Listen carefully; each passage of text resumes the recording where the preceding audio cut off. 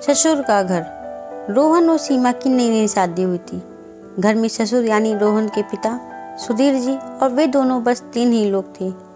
इस घर को रोहन के माँ बाप ने जीवन भर पाई पाई जुटाकर बड़ी मेहनत और अरमानों से बनाया था, वरना आज के समय में मुंबई में घर बनाना तो दूर की बात है, किराए पर लेना भी बहुत बड़ी अचीवमेंट से कम नहीं है। जब रोहन कॉलेज में था तब माँ उन्हें और दुनिया को छोड़कर जा चुकी थी। एक काम वाली बाई सकू थी जो सुबह से लेकर शाम तक उनके घर का सारा काम करती थी। नई नई शादी हुई थी, इसलिए सकू बाई का दिन भर घर पर रहना सीमा को अपनी प्राइवेसी में बाधा सा लगता था।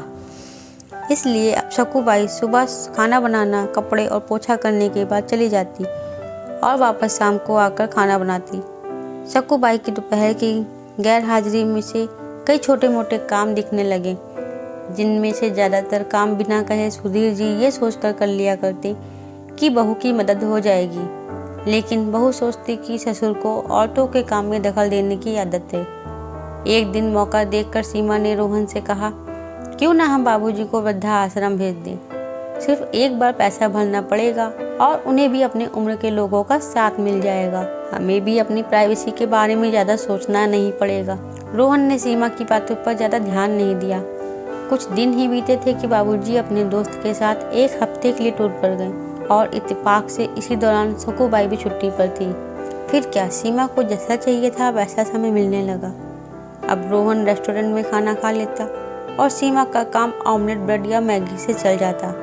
खाना बनाने की टेंशन नहीं थी, लेकिन घर में निकलने वाले सारे काम तो अभी भी करने ही थे। ससुर जी की गैर हाजिरी में सीमा को एहसास हुआ कि वह बिना कहे ही जो काम कर लिया करते थे उनसे कितना फ़र्क पड़ता था। छोटे मोटे लगने वाले यह काम भी काफ़ी समय और एनर्जी लेने वाले थे। कुछ दिन बीतने के बाद एक दिन रोहन सीमा को कहता है, चलो आज कहीं घूम कर आते हैं। सीमा बड़ी खुशी खुशी सज धज कर बाहर घूमने के लिए तैयार हो गई।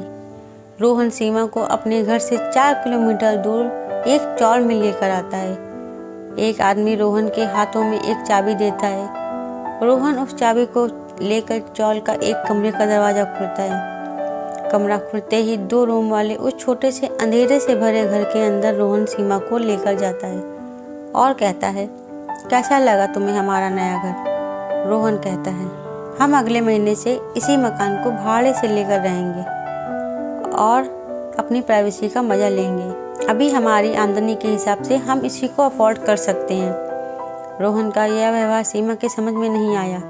वह चौंकते हुए कहती है, हमारे पास अपना इतना बड़ा घर तो है, फिर क्यों हम भाड़े से रहेंगे? रोहन उसे टोकते हुए कहता है, सोच समझ कर बोला करो, वह घर हमारा नहीं है, वह माँ बाबूजी का है। तुम्हारे पास 1 महीना है सोचने के लिए कि तुम्हें आगे क्या करना है। दोनों वहाँ से वापस अपने घर लौट आते हैं। पूरे रास्ते सीमा के दिमाग में तरह तरह के विचार चल रहे थे। घर पहुँचते ही उसने रोहन से कहा, माना कि यह घर माँ बाबूजी का है, लेकिन क्या हमारा इस पर कोई हक नहीं है? रोहन ने कहा, बिल्कुल है, लेकिन माँ बाबूजी के बाद। जब तक वहाँ है तब तक तो नहीं। अगर तुम्हें हक समझ में आता है तो तुम्हें जिम्मेदारियाँ भी समझ में आती होंगी। सिर्फ हक के बारे में सोचकर और अपनी जिम्मेदारियाँ भूलकर स्वार्थी होना क्या भला अच्छा होता है? सीमा के पास रोहन के इस सवाल का कोई जवाब नहीं था।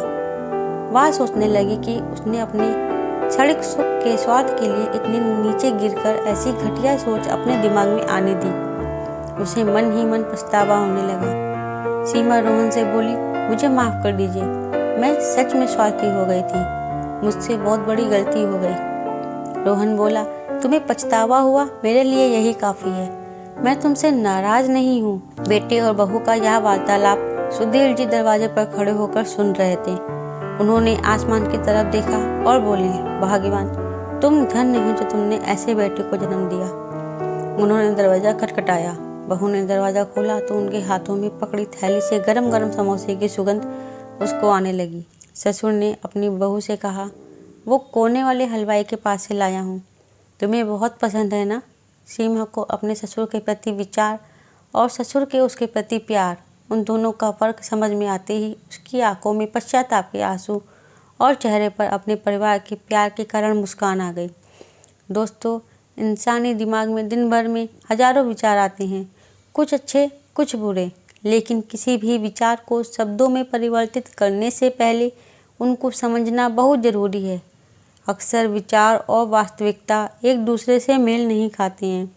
हमारे बुजुर्ग जो हमें बोझ लगते हैं, जिनसे हम बात बात में चिढ़ जाते हैं, और ऐसा इसलिए होता है क्योंकि हम स्वार्थी होकर सोचते हैं और हम उनके योगदान को समझ नहीं पाते। वह हमारे जीवन में बहुत अहम किरदार निभाते हैं। तो दोस्तों, ये कहानी आपको कैसी लगी कमेंट बॉक्स में ज़रूर बताइएगा। कहानी अच्छी लगी हो तो लाइक कर दीजिएगा। चैनल पर नए हो तो सब्सक्राइब करना ना भूलें।